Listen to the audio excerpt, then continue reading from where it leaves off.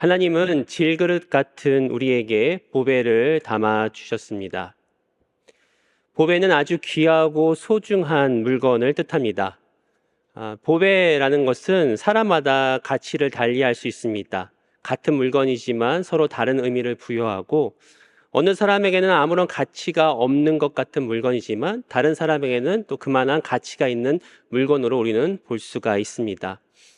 2년 전 하와이에 계시는 부모님을 방문한 적이 있습니다. 저희 가족을 다 데리고 방문을 하였는데요. 오랜만에 집에 가니까 어머니께서 이 플라스틱 박스를 저에게 보여주셨습니다. 그 박스를 열어보니까 그 안에는 제가 어렸을 때 찍었던 사진들, 또 고등학교 때 이민 와가지고 친구들하고 주고받은 그런 편지들이 가득히 있었습니다. 그 당시만 해도 지금과 같이 이메일이나 카톡이 없었기 때문에 친구들한테 편지를 보내면 일주일이 걸리고 또 친구들이 답장을 보내면 일주일이 걸려서 총 2주일이 걸리는 그런 때였습니다. 그래서 저에게는 그 박스를 보니까 오랜 추억이 담겨 있는 보배와도 같았습니다.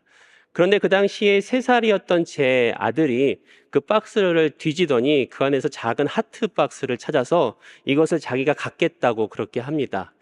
그 작은 하트 박스는 제 학교 친구가 저에게 특별히 이렇게 준비를 해가지고 그 안에는 작은 물건들 그리고 이렇게 편지를 돌돌 말아서 이렇게 보관했던 그런 작은 박스였습니다.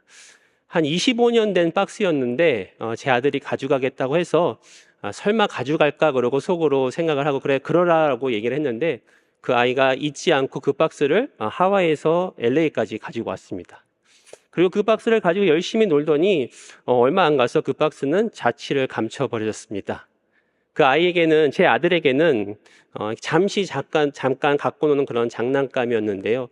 저에게는 아주 소중한 보배였지만 결국은 그 박스도 또 그 안에 있었던 편지와 작은 물건들도 다 이렇게 흩어져 없어져 버려서 잠시 잠깐 좀 슬펐지만 하지만 그렇게 크게 개의치는 않았습니다. 왜냐하면 이제는 제 아들이 그 작은 상자보다 저에게 더 큰 보배이기 때문입니다. 이처럼 우리는 사람들마다 다른 보배들을 가지고 있습니다. 여러분들은 어떠한 보배를 가지고 있습니까? 오늘 본문에 보니까 사도 바울은 우리가 보배를 가졌다라고 우리에게 이야기를 해줍니다. 4장 7절에 우리가 이 보배를 질그릇에 가졌으니, 우리에게는 여러 보배가 있겠지만 가장 귀한 보배는 예수 그리스도십니다. 예수님은 우리에게 가장 존귀하신 분이십니다. 여러분 동의하시죠? 그런데 바울은 이 보배를 오늘 본문의 바로 전절 6절에서 이렇게 설명을 합니다. 고린도후서 4장 6절에 어두운 데에 빛이 비치라 말씀하셨던 그 하나님께서 예수 그리스도의 얼굴에 있는 하나님의 영광을 아는 빛을 우리 마음에 비추셨느니라. 하나님께서 어둠 가운데 빛을 비추셨습니다. 그리고 그 빛은 하나님의 영광을 뜻합니다. 예수님은 어두운 인생 가운데 빛으로 다가오셨습니다. 그래서 예수님의 얼굴은 하나님의 영광으로 빛납니다. 사도 바울은 바로 예수 그리스도의 얼굴에 있는 하나님의 영광을 아는 빛, 이것이야말로 우리 모두가 가지고 있는 보배라고 그렇게 고백을 하고 있습니다. 바울 역시도 다메섹 도상에서 예수님을 처음 만났습니다. 그는 그리스도인들을 핍박하러 가는 길에 예수님께서 그를 만나 주셨습니다. 예수님의 음성을 들었지만 그는 눈이 어두워져서 3일간 앞을 보지 못하였습니다. 하지만 3일 후에 눈에 있는 비닐이 벗겨져 다시 눈을 떴을 때 비로소 예수님의 얼굴에 있는 하나님의 영광의 빛을 보게 된 것입니다. 바로 그 빛이 우리 안에 들어왔습니다. 그리고 우리는 이것을 보배로 지니고 있습니다. 그런데 바울은 이 보배를 담은 그릇이 질그릇과 같다라고 우리에게 말해줍니다. 다시 한번 4장 7절 보시면 우리가 이 보배를 질그릇에 가졌으니, 귀한 보배는 귀한 그릇에 담는 것이 상식입니다. 보배를 담은 그릇은 튼튼해야 보배를 잘 보호할 수 있습니다. 어떻게 보면 보배와 질그릇은 어울려 보이지 않습니다. 진흙으로 만든 질그릇은 값싸고 흔하고 별로 아름답지 않고 중요하지 않은 그러한 그릇입니다.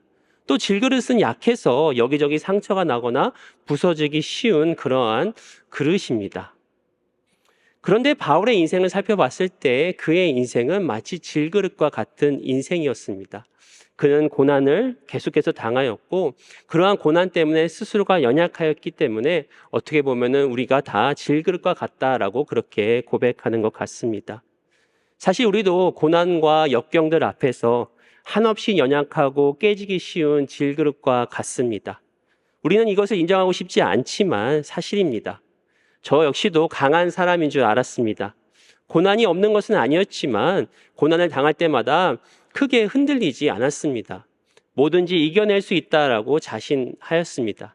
하지만 암이라는 병을 앓고 나서 제가 정말 연약하다는 것을 깨닫고 결국 저도 질그릇과 같다라는 사실을 인정할 수밖에 없었습니다. 하나님은 질그릇과 같은 우리에게 보배를 담겨주셨습니다. 이것은 바로 믿는 우리에게 나타나는 하나님의 역설입니다. 고린도전서 1장 27절 28절에 그러나 하나님께서 세상의 미련한 것들을 택하사 지혜 있는 자들을 부끄럽게 하려 하시고 세상의 약한 것들을 택하사 강한 것들을 부끄럽게 하려 하시며 하나님께서 세상의 천한 것들과 멸시받는 것들과 없는 것들을 택하사 있는 것들을 폐하려 하시나니. 하나님은 질그릇과 같이 미련하고 약하고 세상에 천하고 멸시받는 것들을 택하셨습니다. 그리고 그것들을 통해서 일하셨습니다. 그 이유는 바로 우리 자신을 자랑하지 않고 오직 하나님만을 의지하기 위함입니다. 고린도전서 1장 29절에 이는 아무 육체도 하나님 앞에서 자랑하지 못하게 하려 하심이라. 선교사였던 허드슨 테일러는 이렇게 이야기합니다. 하나님은 하나님을 온전히 의지할 만큼 충분히 연약한 자를 사용하신다. 하나님의 영광을 아는 빛을 품은 우리 질그릇은 그 빛을 드러내야 하는 사명이 있습니다. 그 빛을 드러내기 위해서는 질그릇은 계속 깨어지고 금이 가야 합니다. 그럴 때 안에 있는 빛이 드러날 수가 있는 것입니다. 그래서 사도 바울은 질그릇과 같은 우리가 금이 가고 부서지지만 그것을 통해서 오히려 우리 안에 있는 보배의 빛이 드러난다라고 우리에게 말해주고 있습니다. 고난과 역경 가운데 비록 연약하여 부서질지라도 그것이 하나님의 영광의 빛을 드러내는 길이라면 고난도 변장된 축복인 줄 믿습니다.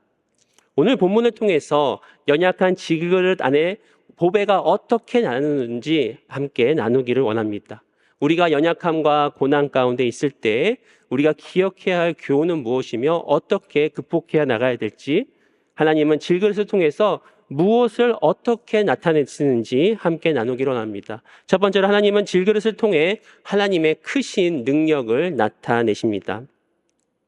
본문 7절 보시면 우리가 이 보배를 질그릇에 가졌으니 이는 심히 큰 능력은 하나님께 있고 우리에게 있지 아니함을 알게 하려 함이라. 하나님은 연약한 우리 안에 크신 능력을 담아 두셨습니다.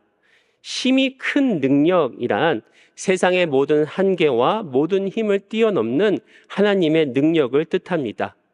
하나님의 능력은 세상을 이기고 초월하는 능력입니다. 하나님은 심히 큰 능력으로 저와 여러분들을 죄와 사망의 저주에서 구원하셨습니다. 질그릇은 심히 큰 능력이 바로 우리 인간에서 나오는 것이 아니라 하나님께로부터 나온다는 것을 깨닫게 합니다. 질그릇 같은 우리 인생을 통해 우리 안에는 어떠한 능력이 없음을 깨닫게 하십니다. 실제로 우리가 살다 보면 세상에서는 우리가 할 수 있는 일, 또 우리 뜻대로 되는 일이 별로 없습니다. 조금만 고난과 역경이 다가오면 우리는 두려움에 낙심합니다. 건강도 내 마음대로 되지 않습니다. 그렇기 때문에 우리는 연약함을 통해서 하나님 앞에 겸손히 나오며 하나님만을 의지하게 하는 것이죠. 바울에게도 육체에 가시가 있었습니다. 그것을 제거해 달라고 간절히 기도했지만 하나님은 기도에 응답하지 않으셨습니다. 오히려 바울에게 내 은혜가 내게 족하다라고 말씀하셨습니다. 그때 비로소 바울은 연약함 가운데 행하시는 하나님의 능력을 깨달았습니다. 고린도후서 12장 9절에 나에게 이르시기를 내 은혜가 내게 족하도다. 이는 내 능력이 약한 데서 온전하여짐이라 하신지라. 그러므로 도리어 크게 기뻐함으로 나의 여러 약한 것들에 대하여 자랑하리니 이는 그리스도의 능력이 내게 머물게 하려 함이라. 우리가 연약할 때 하나님의 크신 능력이 우리 가운데 머무는 줄 믿습니다. 하나님께서 하나님의 은혜를 우리의 약한 데서 온전하게 이루시는 줄 믿습니다. 그래서 우리는 그것이 오히려 기쁨이 되고 자랑이 되는 것입니다. 왜냐하면 우리의 연약함을 통해서 그리스도의 능력이 우리 가운데 머물기 때문입니다. 그래서 바울은 오늘 본문에서 어떠한 역경과 고난 가운데서도 이것을 견뎌낼 수 있다라고 우리에게 말해줍니다.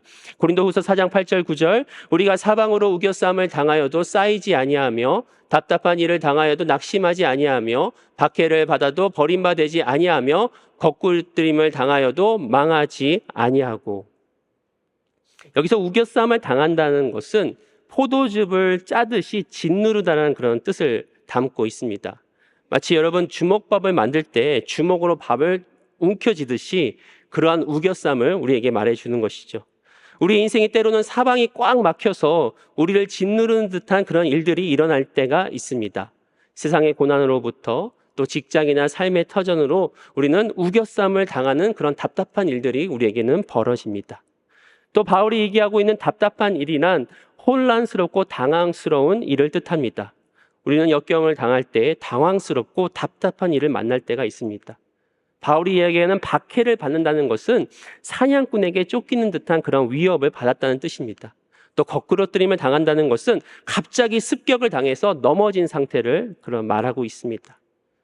바울의 인생은 억압 가운데 혼란스러울 때가 있었고 사냥꾼에게 쫓기고 갑자기 습격을 당하는 것과 같은 그러한 상태에 있었습니다.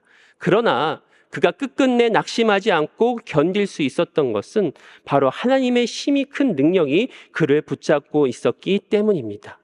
그래서 바울은 그리스도를 위하여 당하는 모든 고난과 역경을 오히려 기뻐한다라고 그렇게 말합니다. 고린도후서 12장 10절에 그러므로 내가 그리스도를 위하여 약한 것들과 능욕과 궁핍과 박해와 곤고를 기뻐하노니 이는 내가 약한 그때에 강함이라. 바로 약한 질그릇이 되었을 때에 하나님의 능력이 나타난 줄 믿습니다. 우리가 처하는 고난의 환경은 우리가 바꿀 수 없을지라도 그것에 대한 마음가짐과 태도는 바꿀 수 있습니다. 비록 환난이, 고난이 우리의 육체를 상할 수 있을지라도 우리의 마음까지는 무너뜨릴 수 없는 것입니다. 그래서 빅터 프랭클은 죽음의 수용소에서 우리에게 이렇게 말해줍니다. 모든 것을 빼앗길 수는 있어도 인간에게는 마지막 자유가 있다. 그것은 어떤 상황에서든 자신이 취할 태도를 선택할 수 있는 자유다. 어떠한 상황 가운데서도 우리의 태도, 우리의 반응을 선택할 수 있는 자유를 우리에게는 누리고 그것이 있다는 것은 결국 우리가 주님을 향한 믿음을 가졌기 때문입니다. 고린도후서 4장 13절에 기록된 바 내가 믿었으므로 말하였다 한 것과 같이 우리가 같은 믿음의 마음을 가졌으니 우리도 믿었으므로 또한 말하노라. 이 말씀은 시편 116편 10절을 인용한 말씀입니다. 내가 크게 고통을 당하였다고 말할 때에도 나는 믿었도다. 시편 기자는 크게 고통을 당하는 그러한 환경에서도 하나님께서 자기를 지켜주신다는 확신을 갖고 선포하고 있습니다. 바울 역시 그가 비록 고난 가운데 있을지라도 힘이 크신 하나님의 능력을 믿고 담대히 나아가는 것입니다. 우리 안에 있는 보배는 하나님의 크신 능력을 나타냅니다. 물론 우리가 기도하면 하나님께서 상황과 환경을 바꿔주실 때도 있지만 그것을 초월해서 역사하시는 능력을 우리에게 주시는 줄 믿습니다. 그렇기 때문에 어떠한 핍박과 환난 속에서도 우리는 넉넉한 여유를 가질 수가 있습니다. 하나님께서 함께 하신다는 믿음이 있을 때 가능합니다. 이 또한 지나가리라는 믿음이 있을 때 가능합니다.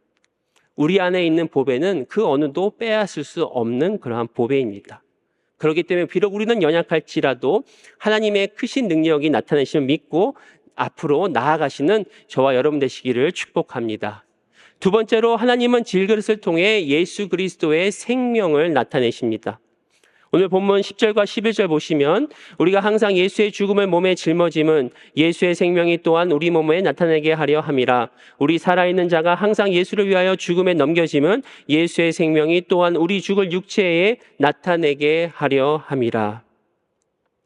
바울은 그가 당한 수많은 고난으로 인하여 예수의 죽음을 몸에 짊어졌다라고 고백을 합니다.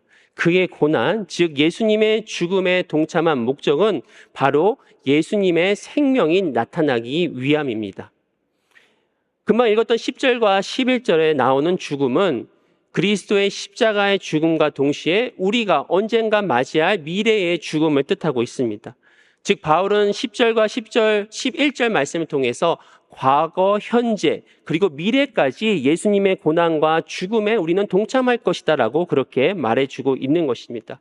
또한 바울은 예수의 죽음을 능동적으로 몸에 짊어지고 있다 말하며 그것이 결국은 예수님을 위하여 우리가 죽음에 넘겨졌다라고 그렇게 고백하고 있는 것입니다. 바울에게 고난은 예수님을 위하여 받는 고난이었습니다. 그리고 예수님이 바울의 삶의 이유였습니다. 이렇게 바울은 온전히 예수님께만 초점을 두고 있는 것입니다. 그런데 우리 안에 보배이신 예수님의 생명은 영원합니다.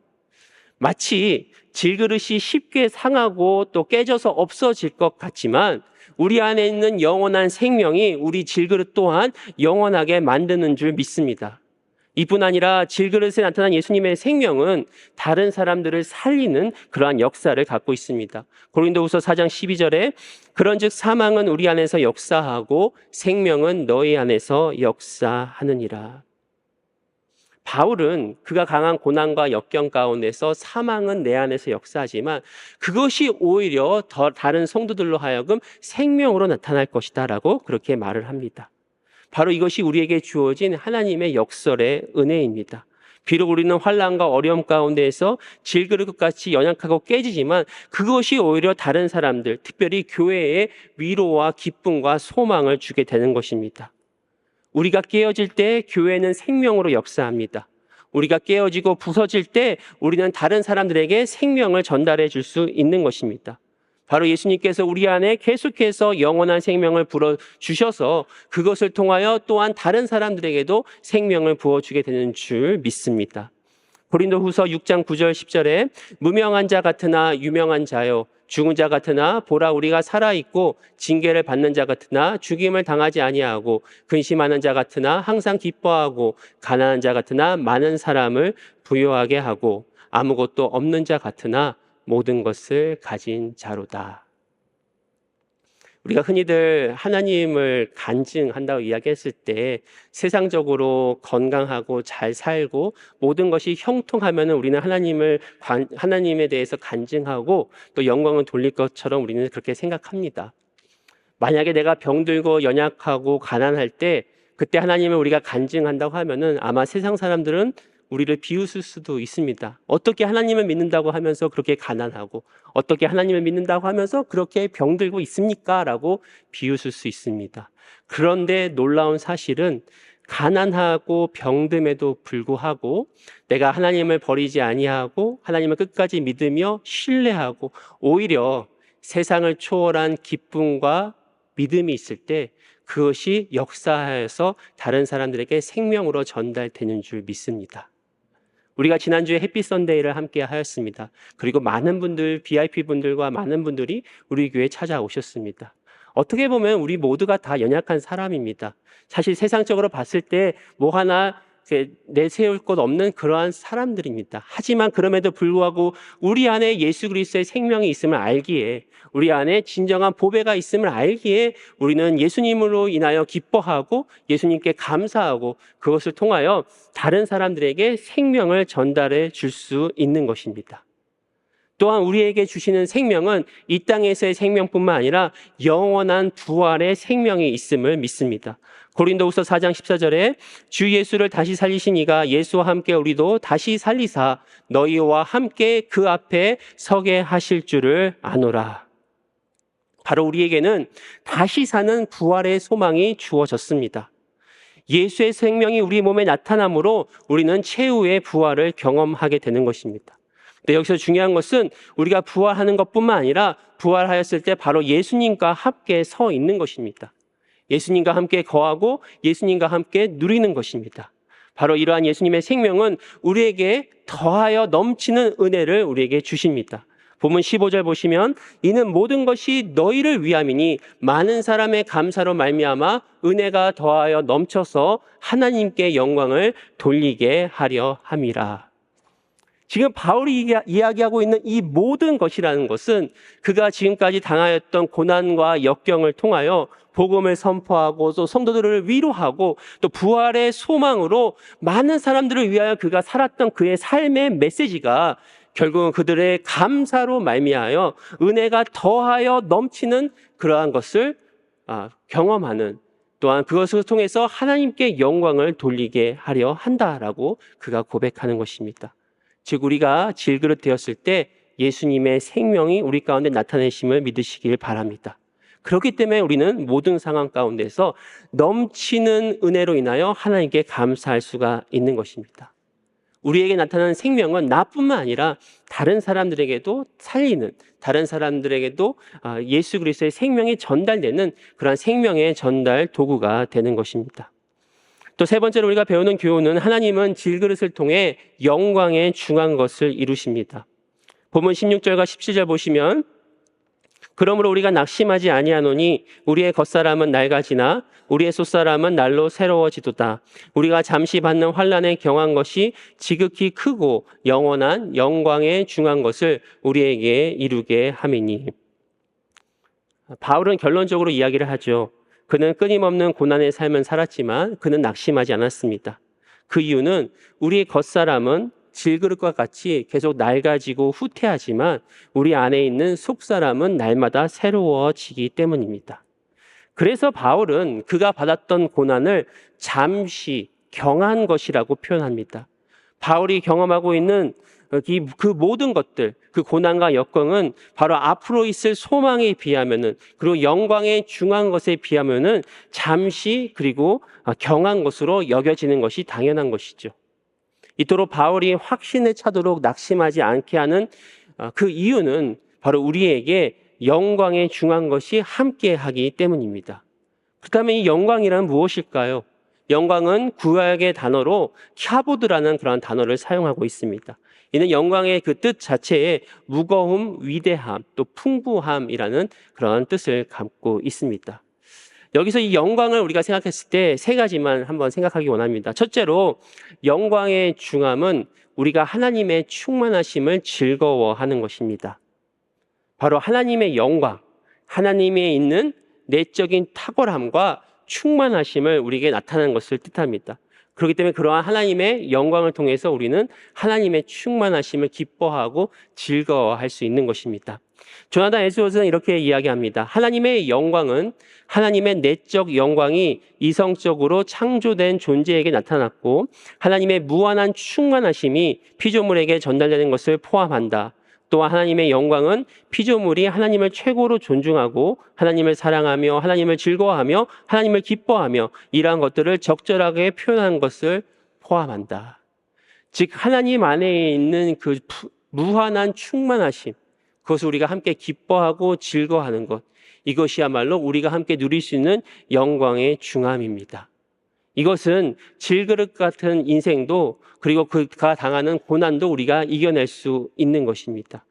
바울은 계속해서 우리에게 기뻐하라라고 말씀합니다. 특별히 그가 로마 옥중에 갇혔을 때 빌립보 성도들에게 기뻐하라라고 계속해서 권면합니다. 우리가 고난 가운데 기뻐할 수 있는 것은 바로 하나님의 무한한 충만하심을 통해 우리가 하나님을 바라보고 즐거워하고 기뻐할 수 있는 것이죠. 우리가 두 번째로 배우는 영광의 중함은 우리를 기뻐하시는 하나님의 칭찬입니다. 본문 14절에서 우리가 부활의 소망을 갖고 언젠가는 하나님 앞에 예수님과 함께 설 것이다라고 바울은 이야기해 줍니다. 14절 보시면 주 예수를 다시 살리시니까 예수와 함께 우리도 다시 살리사 너희와 함께 그 앞에 서게 하실 줄을 아노라. 우리가 이 땅 가운데서 살다가 예수님 앞에 섰을 때, 또 하나님 앞에 섰을 때 하나님은 우리에게 무슨 말씀을 해주실까요? 아마도 하나님은 우리가 이 땅 가운데 살았던 그 삶을 보시고 우리를 인정해 주시고 또 우리가 이 땅 가운데 받은 고난과 역경을 잘 견뎠기 때문에 그러한 충성된 모습을 보고 우리를 칭찬해 주실 것입니다. 하나님이 우리를 알아주시고 또 하나님이 우리를 통해서 기뻐하시는 것이 우리가 받을 수 있는 가장 큰 영광이라는 것이죠. 우리 어린 자녀는 부모님의 인정과 칭찬을 받을 때 가장 기뻐합니다. 내가 제일 존중하고 또 사랑하는 사람에게 인정받는 것이 얼마나 큰 영광입니까? 제가 아이가 넷이 있는데 가끔 아이는 아무리 작은 것도 잘한 것을 항상 우리에게 이야기를 해줍니다. 즉 우리가 인정해주고 칭찬해주고 또 기뻐해주는 것을 원하기 때문이라는 것이죠. 세상에서도 우리는 인정받고 칭찬받는 것을 참 좋아하는데 온 우주의 주인이신 하나님께서 우리가 주님 앞에 섰을 때 우리를 인정하신 것뿐만 아니라 우리를 칭찬하시고 우리를 기뻐하신다라고 한번 상상해 보십시오. 그것이야말로 우리가 누릴 수 있는 가장 큰 영광의 중함이 아닐까 그런 생각이 듭니다. 이 땅에서는 질같이 약하고 상할지라도 하나님께서 우리를 인정하시고 우리를 기뻐하시고 우리를 칭찬하신다는 그러한 소망을 갖는 우리 모두가 되었으면 좋겠습니다. 세 번째로 영광의 중함은 우리가 그리스도의 영광에 참여하는 것입니다. 하나님은 우리를 칭찬하실 뿐만 아니라 그리스도의 영광에 참여하게 하십니다. 사도 베드로는 자기 자신을 고난의 증인과 동시에 우리는 그리스도의 영광에 참여하는 자라고 그렇게 말해줍니다. 베드로전서 5장 1절에 너희 중 장로들에게 권하노니 나는 함께 장로된 자요 그리스도의 고난의 증인이요 나타날 영광에 참여할 자니라. 우리는 미래의 그리스도의 영광에 참여하게 될 것입니다. 그러므로 우리는 이 땅 가운데 잠깐 당하는 고난이 아니라 또 이 땅 가운데 우리가 눈에 보이는 환경이 아니라 눈에 보이지는 않지만 영원한 것을 바라볼 수가 있는 것입니다. 고린도후서 4장 18절에 우리가 주목하는 것은 보이는 것이 아니요 보이지 않는 것이니 보이는 것은 잠깐이요 보이지 않는 것은 영원함이라. 여러분, 보이는 것은 잠깐입니다.